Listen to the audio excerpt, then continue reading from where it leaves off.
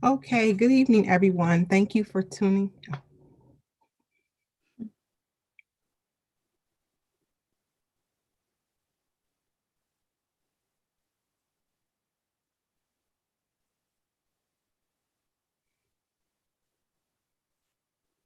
Good evening, everyone. Thank you for tuning in this evening for our town hall on mental health.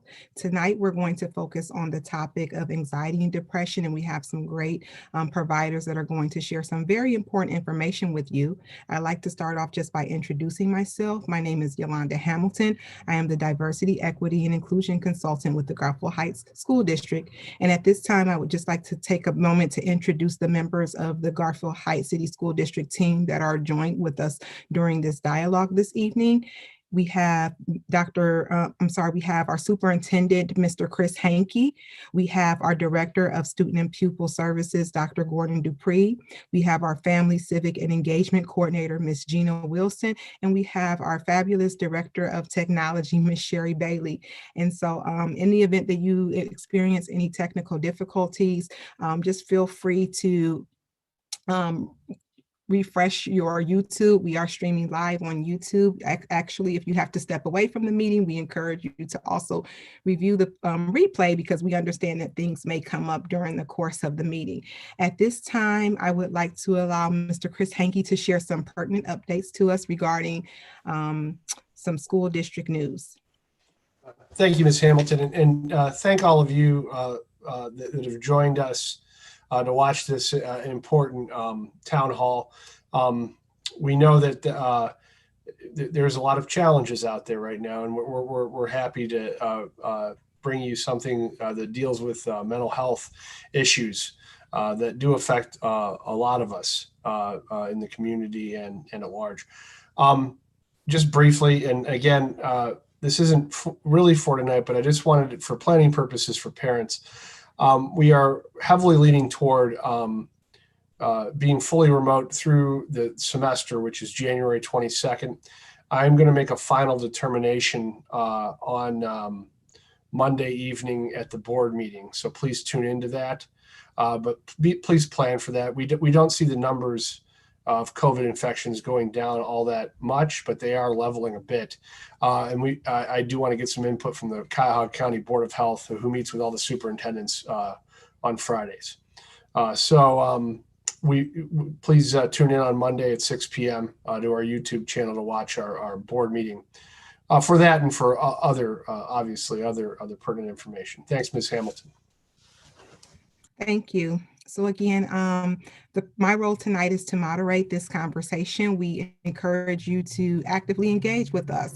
You can utilize your chat to submit questions directly to the district, and we'll make sure that we try to get to as many questions as possible. And at this time, we are going to go around and have introductions of our provider representatives that are included on the call. I would like to ask if each person in 30 seconds or less can share their name, their agency affiliation, and either your mission statement or the brief synopsis of the services that you provide. So we'll go for, I'll call you out. We'll start with, if you all could unmute your mics, and I'll start with, I believe, Amira Board. Good evening, everybody. Thank you so much for having me. I'm Amira Board, and I'm a clinical supervisor at Applewood Centers. We are based on West 25th. However, we have school-based services, and we service Garfield Heights, Maple Heights, Richmond Heights, as well as several CMSD schools. In our services, we provide individual therapy, family therapy. We provide case management services, as well as skill building services. We also offer groups to the children that work with us, and consultation to any child, staff, or parent who just needs some extra assistance. Thank you. Lynn? Good evening, everyone. Lynn Franks from Ohio Guidestone, community counseling supervisor in our school-based program. At Ohio Guidestone, we do provide school-based services in the Garfield Heights City School District. We also provide outpatient counseling. If anyone in Garfield is familiar with the Derby building, we have an office there. We do in-home services, substance use disorder counseling, psychiatry, and then also consultation. Predominantly right now, all of our services are virtual. So when I say in-home and outpatient, it is virtual though. Thank you. We'll go to Michelle. Michelle Harris from Catholic Charities, and my program, which is Tapestry, is a wraparound process which works with the entire family. The child is the identified client, and we provide CPST or TBS depending on the license of the staff. And we work obviously in home when we're able. Everything's virtual right now, but providing family voice and choice, identifying needs, and helping the family to be able to develop more natural supports. Thank you. Rebecca? Hi, I'm a social work intern at Belfair Homeless and Missing Youth Program. We provide support to youth, children, and families that are dealing with homelessness and that are missing from their families. Belfair also has like 29 other programs that I'm sure Karen can elaborate on.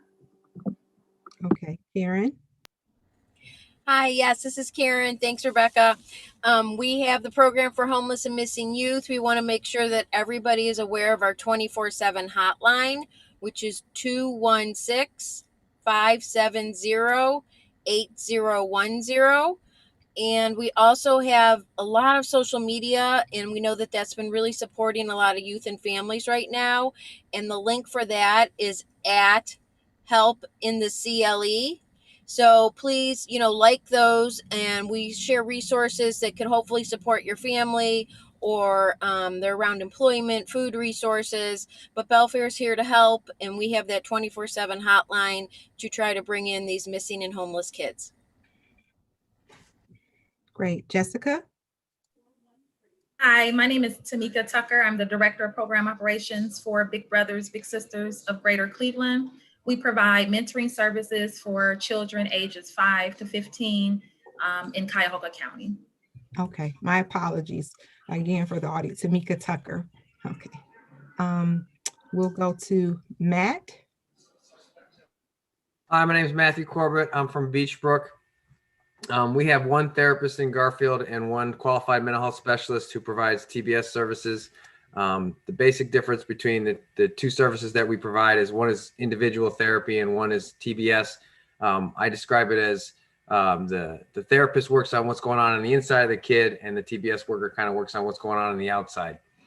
We also offer medication management services through our psychiatric nurse and IHBT therapy for intensive in-home based family therapy. So. Okay, and I think Sarah may have stepped away, but we'll give the opportunity for her to share during the course of the program. So I'd like to start okay, I see Sarah's logged back in. We'll give her the opportunity to share as we go into the dialogue. So the first question that I wanted to pose is sort of twofold. And around the holiday time, we know that just the stress around not being around families this year and other difficult things that people may be facing around this time of year, just with the stress and knowing that the pandemic adds another layer of stress around that. How can a person know if they themselves or someone that they love are dealing specifically with depression and anxiety? What exactly does that look like? And I ask that question because oftentimes people just kind of are used to going in the motions, going through their regular routine and not really being aware of the signs that they may be experiencing depression or anxiety. So I would like to pose that. First, I'll ask if maybe Amira can address that. And then if there are any other agencies that would like to chime in, you can feel free to add to that. My name is an A. I gotta change my name so I'm not first. Well, depression and anxiety, it looks different for different people. And I think that's one of the things. I wish it was kind of a cookie cutter answer, because that would make it super easy and simple and say, if you look A, then that means you're depressed. Or if you look B, then that means you are anxious. And none of that is the case. It looks very different for different people. For children, a lot of times you see a lot of irritability. I call it kind of general sadness, the blahs. Maybe they're not doing activities that they would normally do. So if you have a child that says love video games and play video games, and now they're kind of like, I can take it or leave it, I really don't want to play, that might be a red flag to say, hey, this kid is not participating in things that he or she would normally like to participate. Anxiety, generally speaking, can be considered, extra worry, really worrying about things that's happening, and is to such a level that it begins to interfere in your day-to-day activity. So if I'm a person that might be dealing with some anxious thinking, then I can't focus on my schoolwork because I'm so worried about a particular subject, or it's interfering in my friendships or in my ability to just do normal everyday things. But it really does vary. What we like to tell some of our parents, that if you have a concern, let's talk about it. Reach out to somebody. It doesn't have to be what I call the big ticket item. So it doesn't have to be something that's so huge that is unmistakable. If you see something in yourself or your child that looks just a little off, just reach out for help and let the person that's helping you kind of take a look and see how we can best assist. Thank you. So I'd like to actually ask Matthew if he can add to that. So to Amira's point, it looks different with everyone, but knowing, with Beachbrook and working with younger kids. So let's think about like preschool or elementary.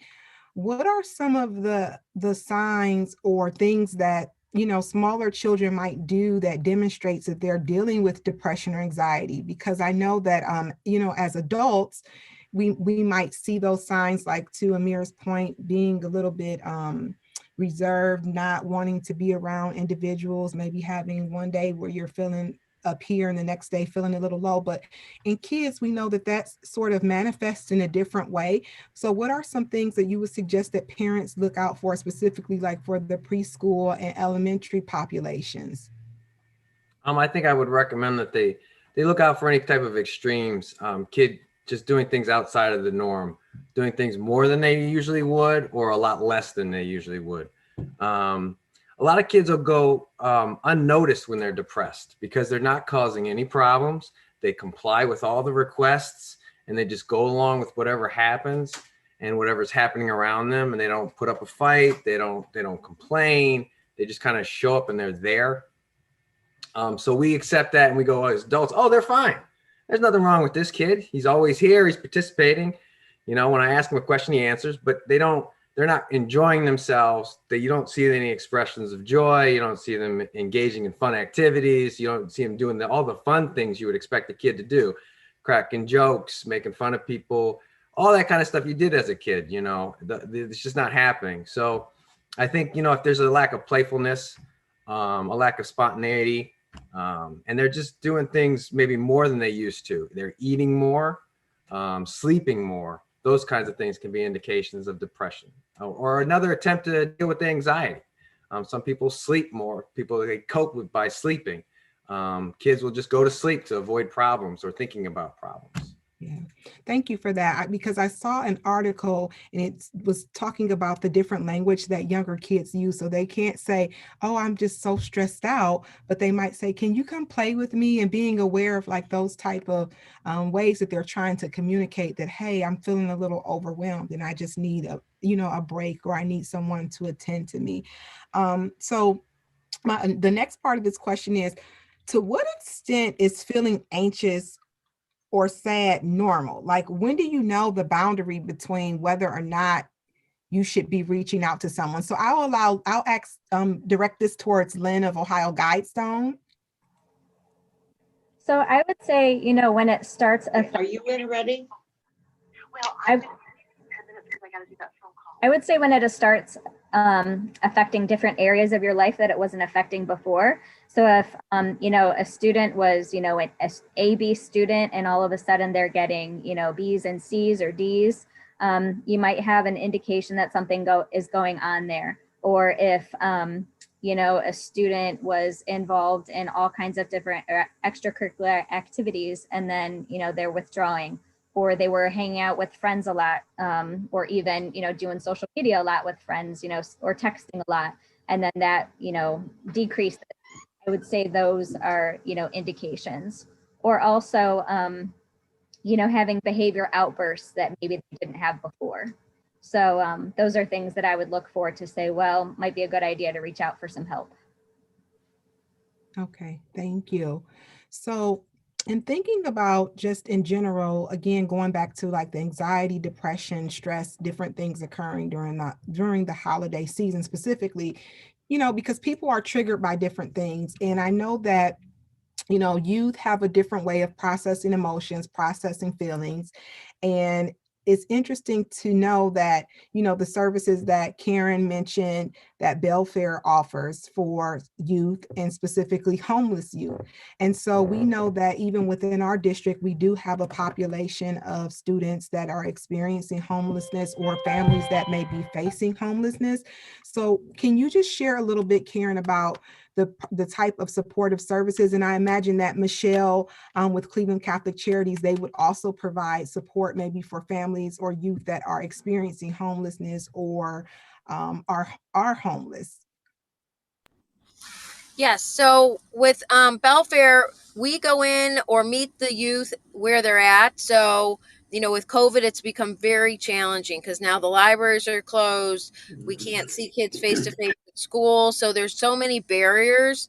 So it's just, you know, what we do is we listen, we assess their immediate needs and link them to ongoing, more long-term services like many of the agencies that are on this provide. Intensive in-home, making sure that they do have, you know, access to the internet so they can do these services from home.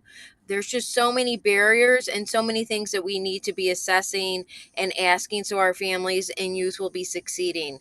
But yeah, so what we do is, you know, we talk and check in with people. A lot of kids are struggling and just see that their parents or that their grandma's really overwhelmed. So they don't want to bother them. And we try to help them see that they're not being a bother. We care about you. They care about you. You got to let us know if you need help. Speak up, use your voice. So empowering them to ask for help is a huge part of the step to getting them the help that they might need so they can get TBS or individual counseling so they can build these skills so they can be more successful. And Michelle? So in my program, the wraparound process, the family is assigned a care coordinator, and that care coordinator links the family to services. So if they need, if the child needs individual therapy, needs to see a psychiatrist. The one thing about my program that's really unique and is a real benefit is that we do have discretionary funds. So a lot of times if families are struggling with not being able to pay the rent or struggling with utilities, I can assist with those specific things on a one-time basis, because what we want to do is empower families to make a sustainability plan and not to be reliant on us. But we do have some families that have been dealing with homelessness, and between the care coordinator and sometimes a family advocate, if they're assigned, we'll work with them to try and locate housing, work with all the different resources that are around Cuyahoga County to get that family out of homelessness. We've had some families in shelters. We've had to meet them there, but to try and get the family as stable as quickly as possible. No, that's great. So it's good to know that you're able to address the immediate need for those experiencing homelessness, but also helping them to work towards self-sufficiency. And that's a very needed support for those families. So I want to just go to the chat. I see that we have a question from the audience stating, my child is a teen. I thought that some of this was normal. I'm assuming they're speaking of behavior. How do I know when it is a problem and when I need to reach out? So I'll throw that out to the group and whoever would like to address that.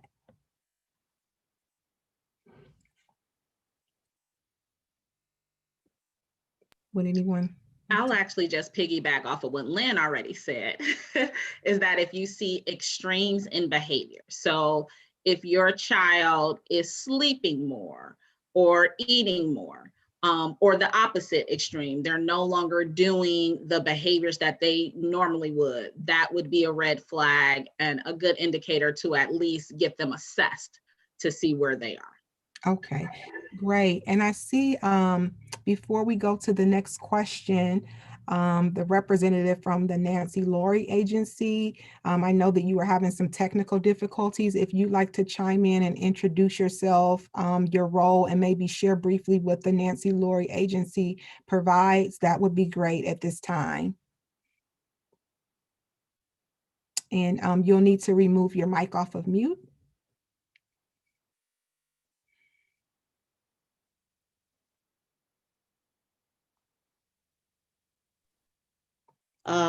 Where do I remove that?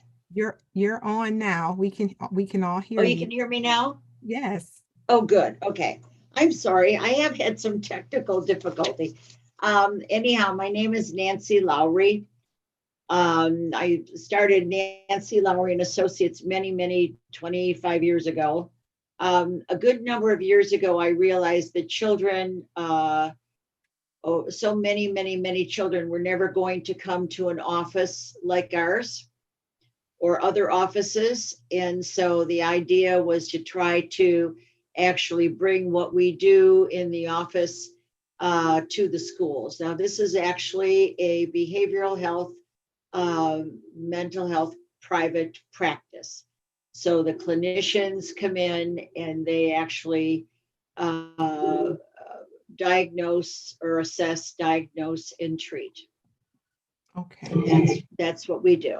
And it's Great. been quite helpful and successful. And we work well with everybody in the school because we're all there to try to help the children grow up to have a good life. Thank you. Thank you for being here. So we'll continue on with our theme of questions. Another question from the chat. What would happen if we don't get help? So what would happen if we don't seek out help? Would the problem go away? Would it get worse? I think because of COVID, we are all down, and hopefully it will get better. So that, again, that is a question / comment coming from someone in our listening audience. Is that anyone to answer? How are you working? How do you do that? Yes. So Nancy, feel free if you would like to respond to that question. And we're talking about ADHD, correct? Anxiety, ADHD, depression. Okay. What often happens with children with, as an example, ADHD is they don't have a good sense of self. There's something that tells them that they're not keeping up with others. They're usually quite bright, but they get a bad rap. And so the fact that they're not focusing when other children are focusing, and they're not paying attention, or they forget their work, or all the many things that happens, their self-esteem is poor. They gravitate towards children who are also having problems. They actually, it grows up, this doesn't go away. You grow up, then you run into a lot of impulsivity.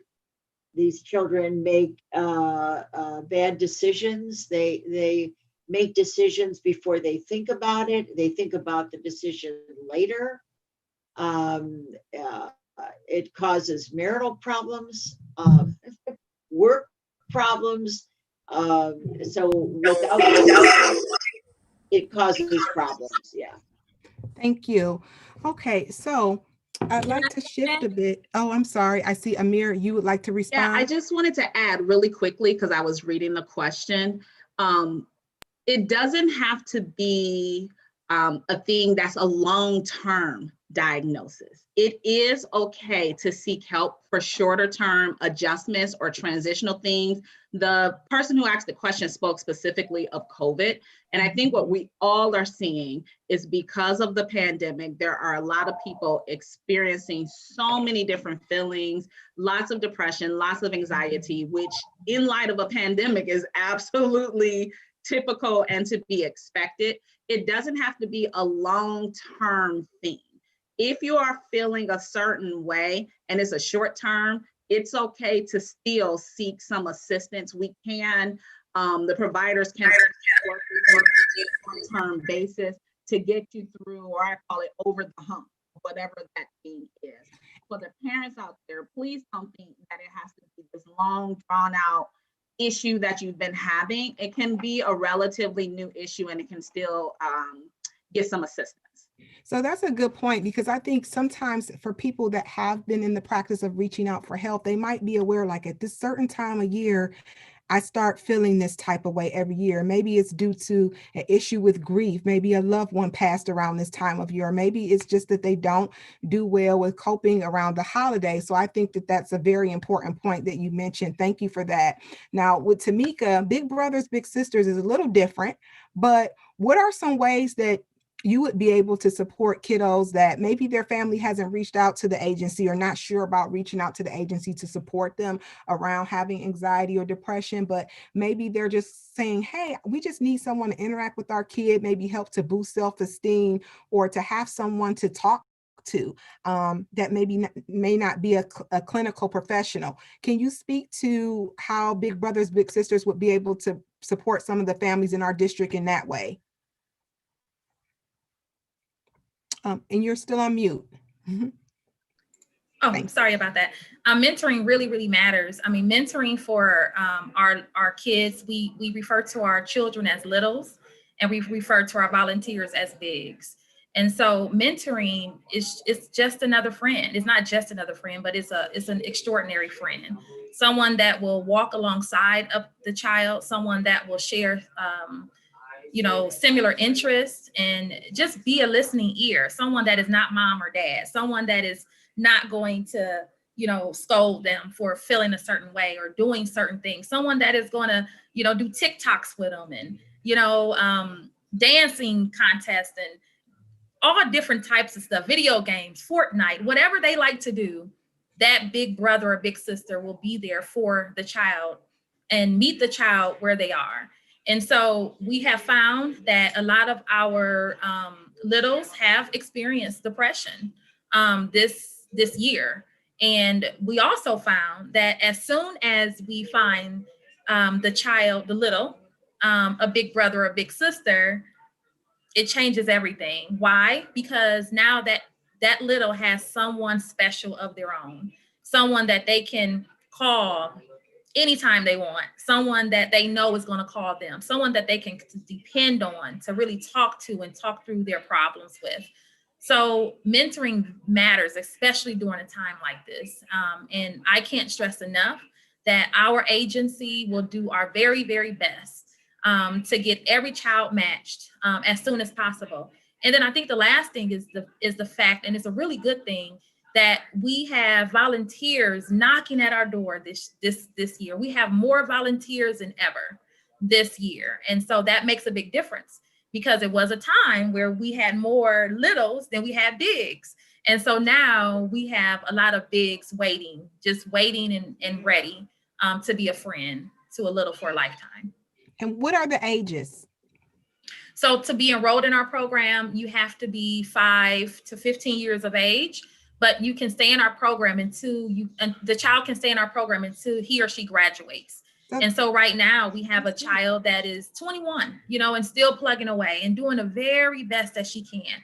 And so she's still in our program. In our program, basically what we do is we provide support. We provide guidance, give ideas, suggestions on how to continue to engage and just really be a part of the little's life. That's great. So as you all heard, starting as young as 5, it's very rare that those opportunities are open to individuals that are in the kindergarten bracket. And so it's great to reach out to explore that as a resource. I want to go to another question in the chat. And what the question is, what is the best way a mom with ADHD can deal with her 4 kids that have ADHD? Is home counseling available? So I'll just post that out to the group for those that provide the counseling support and services.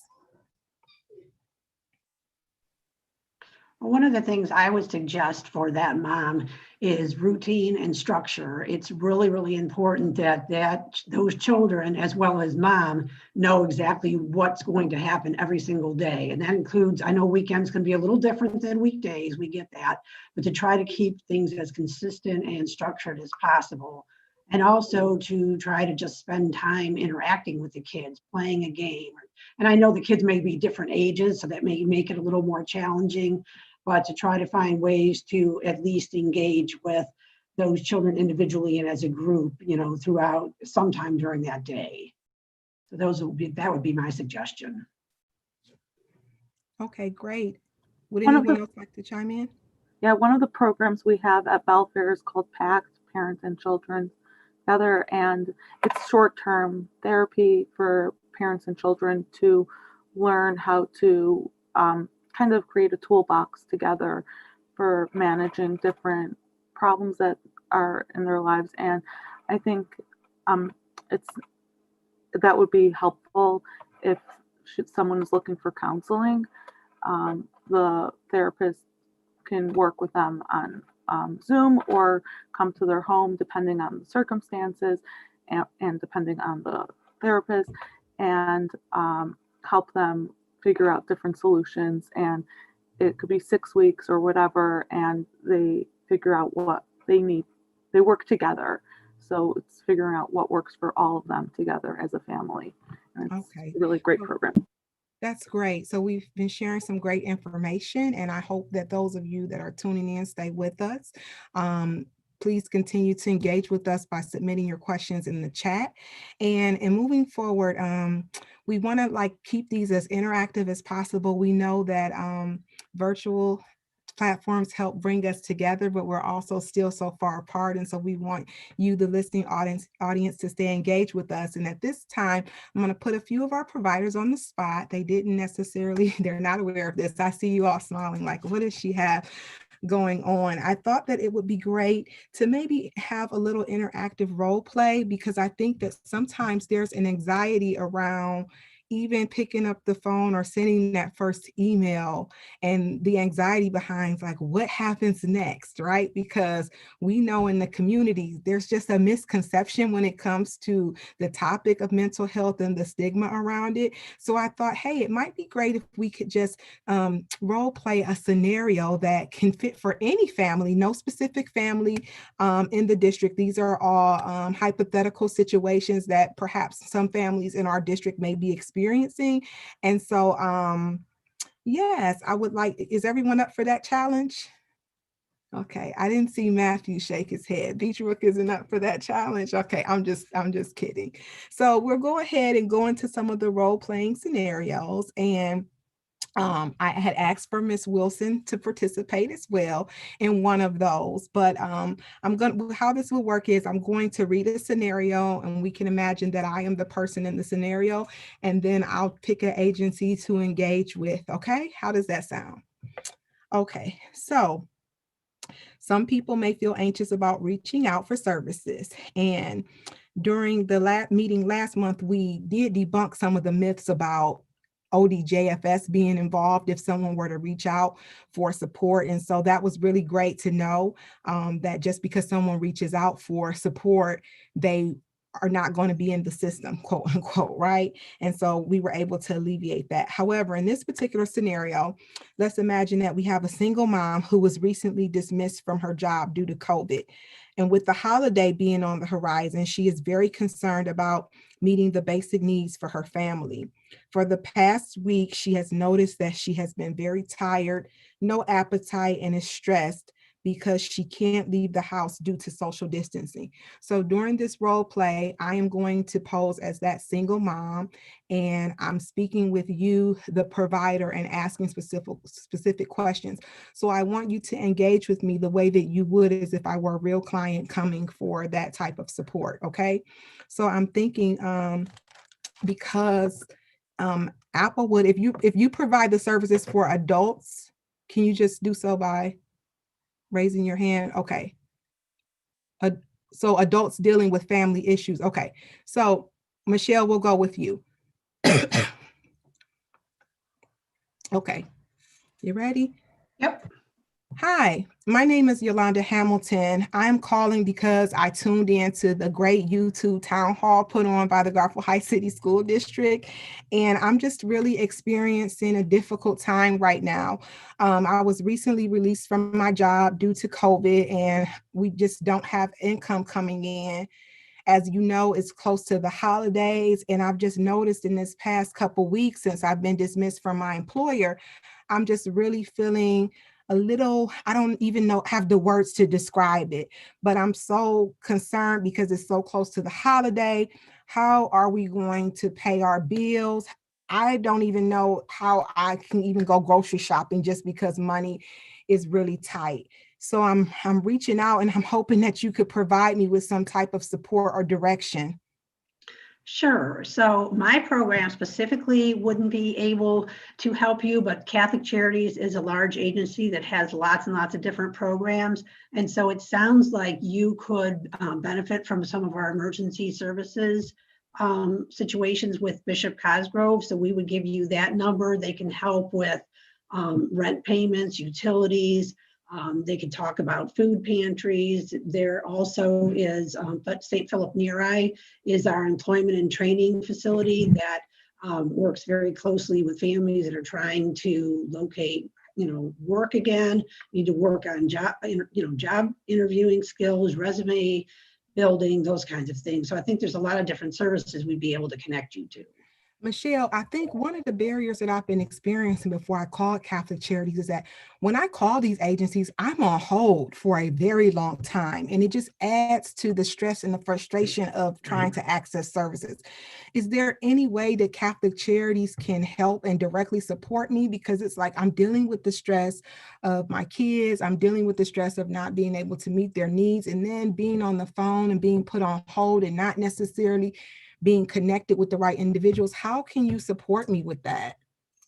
So what I'll do is I've got your name, but I'll take your phone number and I'm going to actually link you up with some people that I'm going to have call you directly so that you're not frustrated with waiting online, waiting for somebody to call you back or waiting for on the phone for a long time. So I'll give it to a specific person that'll reach out to you. Okay, so thank you for being the brave one to be the first person to volunteer. Great job. And I love how, so for those in the viewing audience, you see that you have to be able to clearly ask for what you need, right? And so we all know, we have probably called to have customer support for different issues. This is no different, and it can add to the stress and be stressful when you have to be on hold with individuals for a while. Before we go to the next role play scenario, I want to go into the chat and let's see, were there any new questions? I don't think that I'm seeing any. Oh, okay, so someone asked, how do you find out if your child has ADHD? So that's another question that came up in terms of maybe going for an assessment or diagnosis. Can someone speak to that?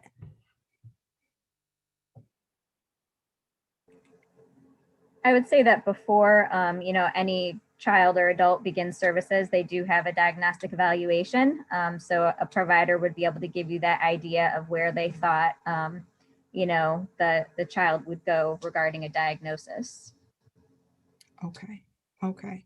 So, and again, we are going to have a list of resources that are available in terms of the contact information, the name of the agency that will be available after this meeting. You can reach out also to Dr. Dupree at any time or Ms. Wilson, and they can also help to guide you in that referral process to the preferred agency or the agency that has the services that are most appropriate for your situation or circumstance. Correct? Is that correct, Gina and Dr. Dupree? Okay. Yes, that's Yolanda, I would like to also add that that parent may want to start with their pediatrician and talk to the pediatrician about what they're seeing, because sometimes they can give evaluations that the teacher and the parent can fill out that can start to help the parent see if they should seek mental health treatment.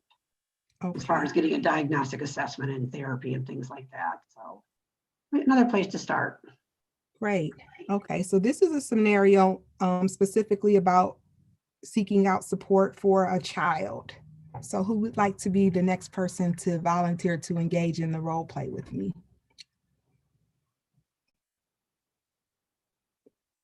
Matthew, you had, how, okay, Matthew, come on. Girl, let's do it. Let's do it. Thank you for being a good All right. sport.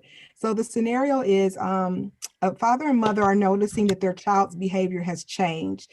The child has been struggling to keep up with assignments and just having a challenging time with virtual learning, gets easily frustrated, and the parents are really concerned that their child is struggling emotionally, and they just don't know how to handle this. And they're very reluctant to seek out help in the first place, but because of the fear of the perception that they're poor parents and that they have poor parenting skills in terms of how they are handling the situation.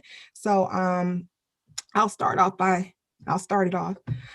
Hi, Matthew, I'm calling because I saw the YouTube town hall, and I must say I'm really having some anxiety around this conversation. I mean, I've heard about Beachbrook. I don't want people to think that my kid is crazy or, is going through needing psychiatric help. And I hope that's not the case scenario, but I just wanted to reach out to you because, my husband and I are noticing that we're really concerned about our child's behaviors and just I don't know, like he just seems so different than what he was around this time last year. And I just wanted to reach out. I don't even know if you can help me or what Beachbrook can offer, but I worked myself up to give you a call because this is the second time that I saw you on the town hall, and I just felt that maybe I should reach out to Beachbrook. Well, I'm really glad that you did. And it sounds like it wasn't easy for you. It sounds like you're having a normal nervous kind of reaction, and you're kind of worried about what you're seeing at home with your child. It seems to be maybe it's out of the norm than what you usually see. And you're a little concerned, and you might feel like you don't know what to do because you've never seen this type of behavior before, or these type of symptoms before, or just your kids never talked to you this way before, and maybe you're not happy with the relationship. If that's the case, we do have services that can assist you. We provide mainly two different types of services: individual therapy and TBS. Our therapists can work one-on-one with the kids, and they can also work with the entire family around the kids' problems to identify if there's a mental health diagnosis that the kid may be exhibiting, and we can diagnose that, and then we can offer treatment options. If you want us to come. What type of treatment? Well, treatment as individual therapy. Well, we have a lot of jargon in the business, but basically we do family therapy and individual therapy, and then we also provide TBS. Wait, okay, so Matthew, you said therapy. Yes. And in my family, you don't go talk to a therapist. So can you break that down for me so that I can really understand what is going to take place if you are suggesting that we need therapy? Like, what does that even mean? That means I would meet with the child, and I'd meet with you. Sometimes I would meet separately. Sometimes I meet with you guys together. I would develop an understanding with you guys about how you perceive the problem from each side. And then I would try to work with you guys around coming up with common solutions for similar problems. So basically, what we do is we go in and we listen to the kids, and we listen to the parents, and then we try to help them communicate to each other what's going on, because many times kids will feel very reluctant to talk to their parents. Parents can get in a mode sometimes of being very critical and always demanding things, and parents have been very stressed out lately. So it can be hard to just spend time with your kids, having fun, building a relationship, and doing the kinds of things that get them to talk to you and open up. And so if they're not feeling like they can openly discuss things, they feel like they need somebody else they can do that with. We provide that option. And we also try to help parents build skills so that they can work with their kids' issues. So we do psychoeducation about if a kid's suffering from, say, ADHD symptoms and they're very hyper, how do you manage that? What do you do with those kind of behaviors? If a kid's suffering from depression, how can you help them? Things like that. So we assess for what's going on, and then we try to help the parent and we work with the parent to develop solutions based on what the kid's struggling with. So thank you, Matthew, for clarifying that, because my perception of therapy is somebody sitting there with their glasses down like this, taking notes about everything they think is wrong with me. And what you just explained is that it's more conversational to help me with tools to be successful in communicating and building a stronger relationship. And I think that that would be very helpful to my family, sort of like having someone to mediate and bridge gaps in communication and help us with tools to be able to manage those emotions. So thank you so much. I'm not sure yet if I'm going to call you, but this conversation has been very helpful. And is it okay if I reach out to you for further conversations? Oh, absolutely. Anytime. Anytime. Okay, so that's great. I didn't feel pressured like I had to make a decision at that moment. He was very willing to break things down in plain language for me so that I could understand, because to his point, there's a lot of jargon. And sometimes when you hear those clinical terms, if you don't have that type of background or understanding, it can be very intimidating. So we have just a couple of brief scenarios just to engage some of the other providers, but I'd like to go to another question in the chat. And the question is, I do not have insurance. Can I still be seen? I'm a parent of 3 and all 3 are online. This is very frustrating for me because I don't know how to help them. I feel overwhelmed. Who can I call? I know my kids can feel my energy, meaning the frustration. So are these agencies still seeing, are you still seeing people even without insurance? And if not, what are some supports if they can't self-pay? Lynn, I'll go to you. Yeah, and I'll speak because Matthew was brave to do the role play. I know that this goes for his agency as well, because he talked about this the last time. And I don't know about Amira if she has the funding also, but our agencies get funding through the Adams Board to, it is a limited amount of funding to where we could see students about 6 times for consultation. So, we can kind of, help you, as Amira said earlier, in different situation, get over that hump. So if you're noticing your student and your child could use some additional supports, we can provide that if you don't have insurance. Okay, great. And the other question was, what does the acronym TBS stand for? Therapeutic Behavioral Services. It encompasses a lot of different activities. You can do therapeutic interventions from evidence-based approaches, which means you can take techniques that are used in therapy and use them with the kids and not be a therapist. So I can help a kid examine his thoughts and say, well, what were you thinking when you did that? Or I can work with the kid on a behavior modification plan with the parents and the kid, develop life skills. There's a lot of activities that you can do under TBS to help with the kid to manage their symptoms, not only at home, but out in the community. Okay, great. And Can I just jump in real quick too? Sure. We like to say sometimes it's the skill building arm of what we do. Because I had to explain it a lot lately.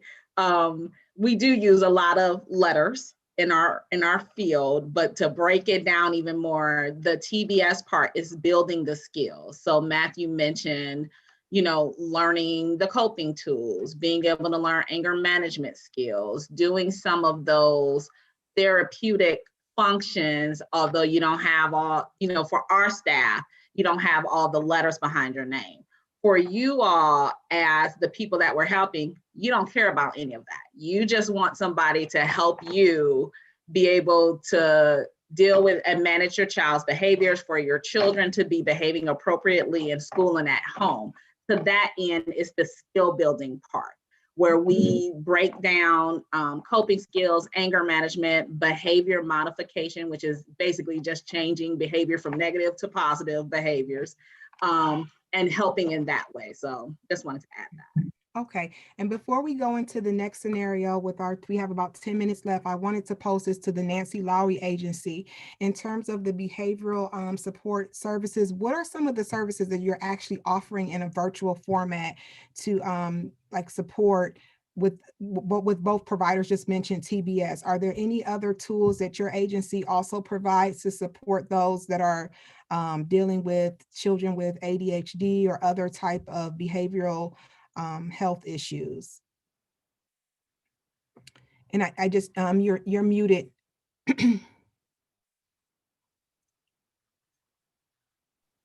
Am I, Yes.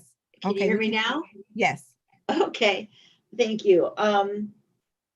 There's about 33 clinicians that are working virtually with various schools. And tell me exactly your question again. So what type of support or tools for behavioral support or tools are you offering to students in a virtual format?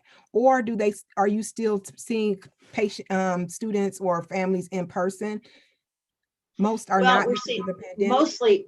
mostly it's virtual. And occasionally, if it's a very severe case and we follow the CDC guidelines, we will see someone in person. But as of now, most of it is Skype.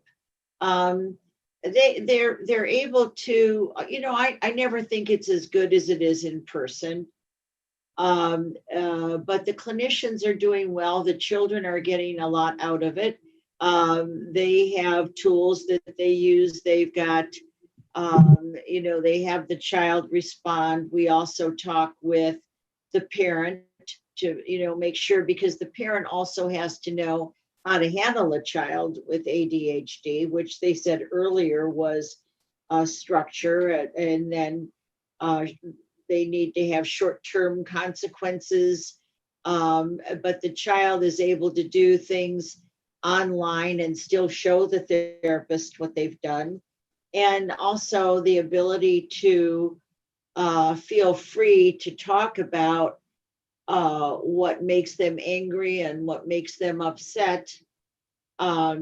Because a lot of the time it's because people, including their parents, don't really understand what it is. So then we try to also work with the parent on a different Skype time where we're able to help them to understand how they can also help with the coping skills. Okay, so it's sort of like a twofold approach, which is good, that can be separated over 2 sessions, with one focusing specifically on the child and the other with the adult. That's great. Thank you, Nancy, for sharing that. And I just wanted to go really quick. There's another question that came in the chat. Can you help parents with those, and this is a question for anyone in the group, can you help parents with those skill building tools, or do you just help kids? So I think Nancy just stated her specific agency provides help for both, but that was particularly a question that came, I'm sorry, that was a question that came when Matt and Amira were speaking about TBS. So the short answer from Applewood, and I think I can speak for a couple of the other agencies, is that the child is the primary client. So essentially what that means is we would open the case under the child's name.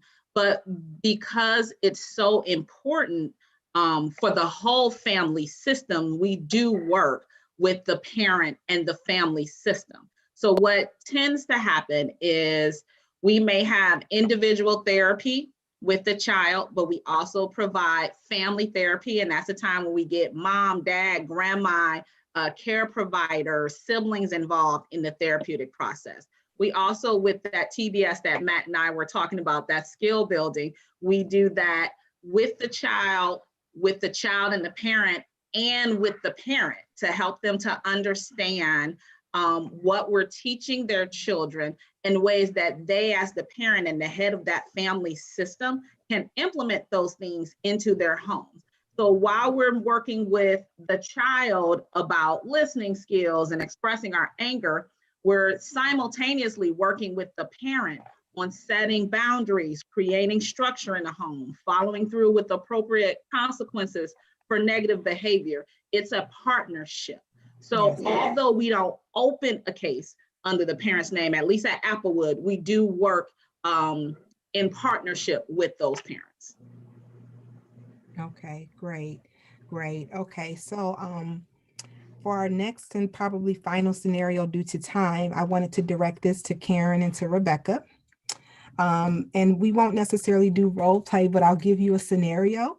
There's a family that has students in Garfield Heights, and they have been concerned about another friend that the student has, and the student has shared, that their family is kind of private and doesn't really want to disclose the hardship that they're having. And so the student has been, alluding to that they might run away because they feel like their parents might lose their home. And so how would you respond in terms of engaging that with that family that may be facing homelessness? Yolanda, I'm so glad that you called the hotline today. So we hear that you're concerned about a friend and that they're a little reluctant, and that's very normal. It's very hard for us to, ask for help, especially when we're really stressed out and overwhelmed. So we can try to have a session with, do you think, Yolanda, that the family would be okay with me calling and just exploring different resources that we could offer them? I think that they would be open to it.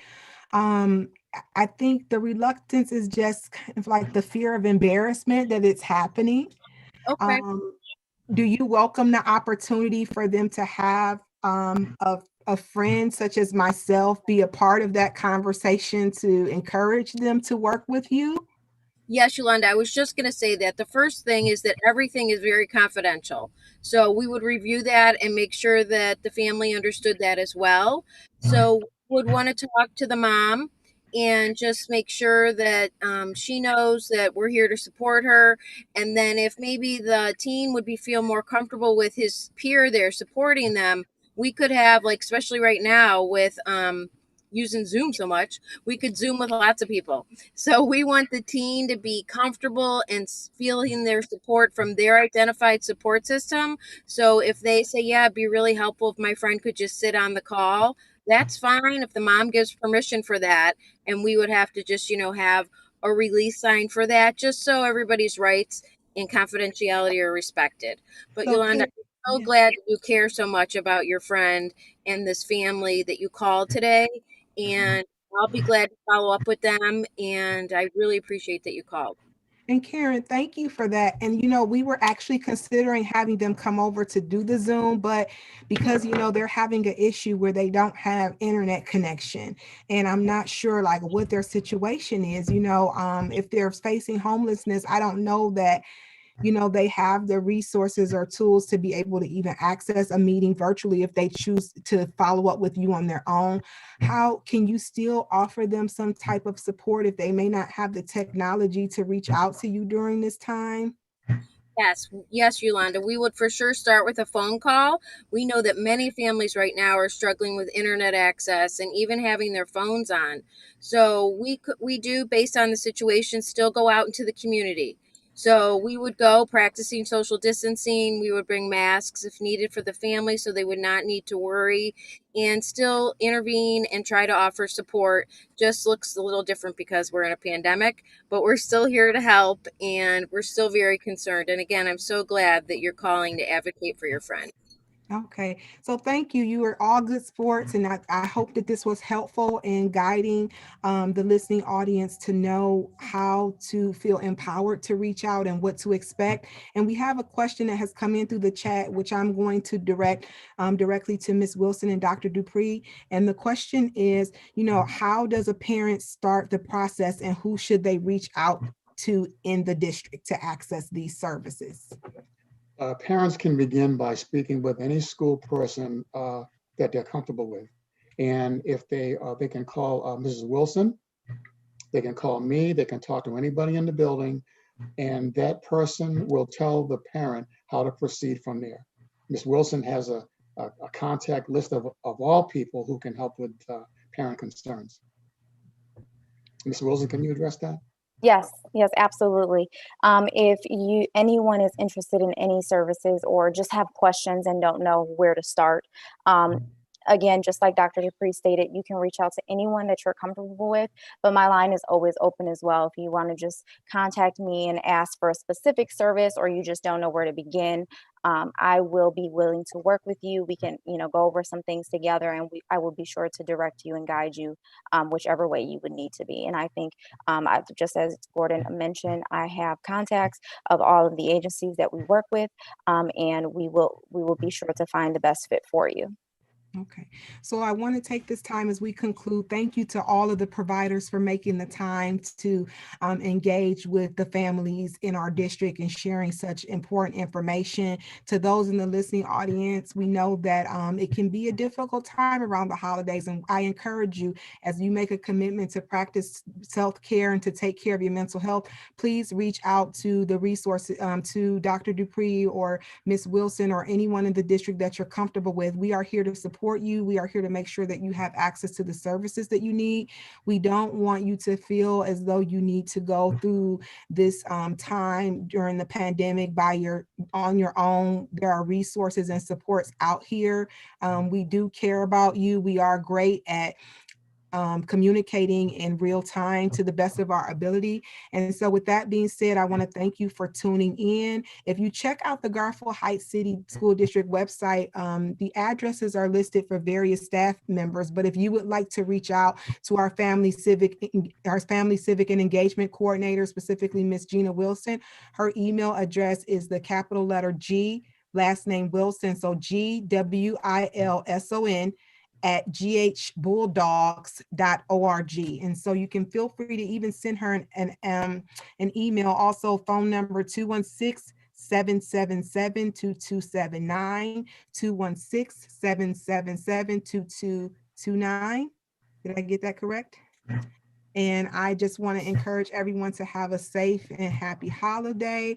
Continue to practice social distancing, wear your mask, and hopefully we will get to this sooner than later, but we are Bulldog strong. So thank you so much and have a good evening. Thank you.